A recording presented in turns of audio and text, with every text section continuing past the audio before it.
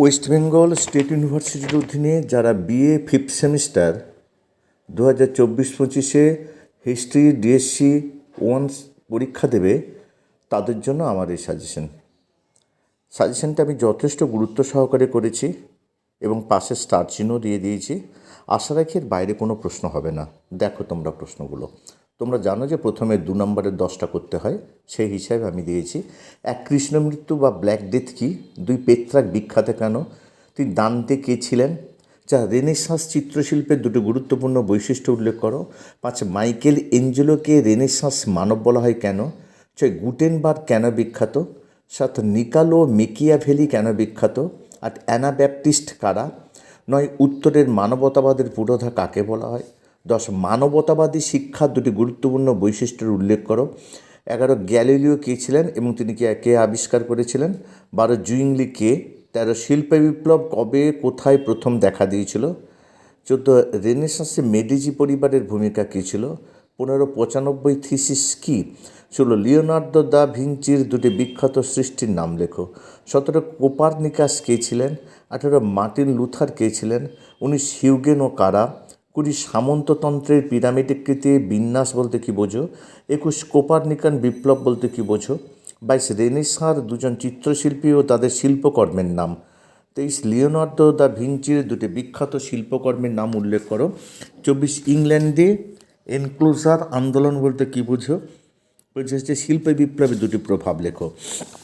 এবার প্রতিটি প্রশ্নের মান হচ্ছে 5। 1 ফিপ ও ভ্যাসালেজ বলতে কী বোঝো?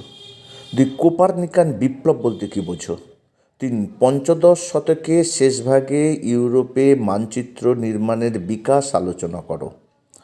4 ষোড়শ শতকের ইউরোপের নব্য বণিকদের তুমি কিভাবে চরিত্রায়িত করবে? 5 লিবেরালরা কি প্রকৃতই গণতান্ত্রিক ছিল? 6 জুইংলি ও কেলভিনের মতবাদের তাৎপর্য বিশ্লেষণ করো। 7 ইরাসমাস কে ছিলেন? 8 রেনেসাঁস কথাটি কি তাৎপর্য বহন করে? 9 আধুনিক বিজ্ঞানী গ্যালিলিওর অবদান কী ছিল? আর 10 মার্টিন লুথারের 95 থিসিস সম্পর্কে তুমি কি জানো? এবার প্রতিটি প্রশ্নের মান হচ্ছে 10 করে। 1 জার্মানির ধর্ম সংস্কার আন্দোলনে মার্টিন লুথারের অবদানের মূল্যায়ন করো।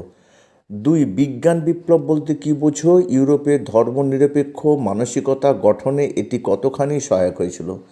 3 ইংল্যান্ডে এনক্লোজার ব্যবস্থা কী ছিল? কীভাবে এই ব্যবস্থা এক নতুন ধরনের কৃষি অর্থনীতির অবতারণা করেছিল? 4 যখন পশ্চিম ইউরোপে সামন্ততন্ত্রের পতন হয়েছিল সে সময় পূর্ব ইউরোপে কেন তা বিকশিত হয়েছিল?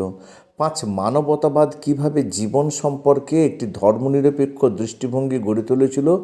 রেনেসাঁস চিত্রশিল্প ভাস্কর্যে এই দৃষ্টিভঙ্গি কতখানি প্রতিফলিত হয়েছিল?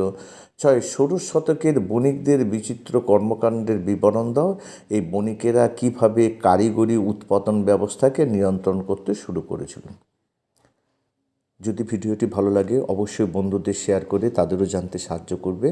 আর তোমরা যারা আমার চ্যানেলে নতুন তারা চ্যানেলটিকে সাবস্ক্রাইব করে রেখে পাশে থাকা বেল আইকনটিকে বাজিয়ে সমস্ত নোটিফিকেশনকে অন করে রাখবে, যাতে যে কোনো ধরনের নোটস, যে কোনো সাজেশন, যে কোনো ধরনের ভিডিও তোমাদের কাছে প্রথম পৌঁছে যায়। আজ এই পর্যন্ত, আবার দেখা হবে পরবর্তী কোনো ভিডিওতে।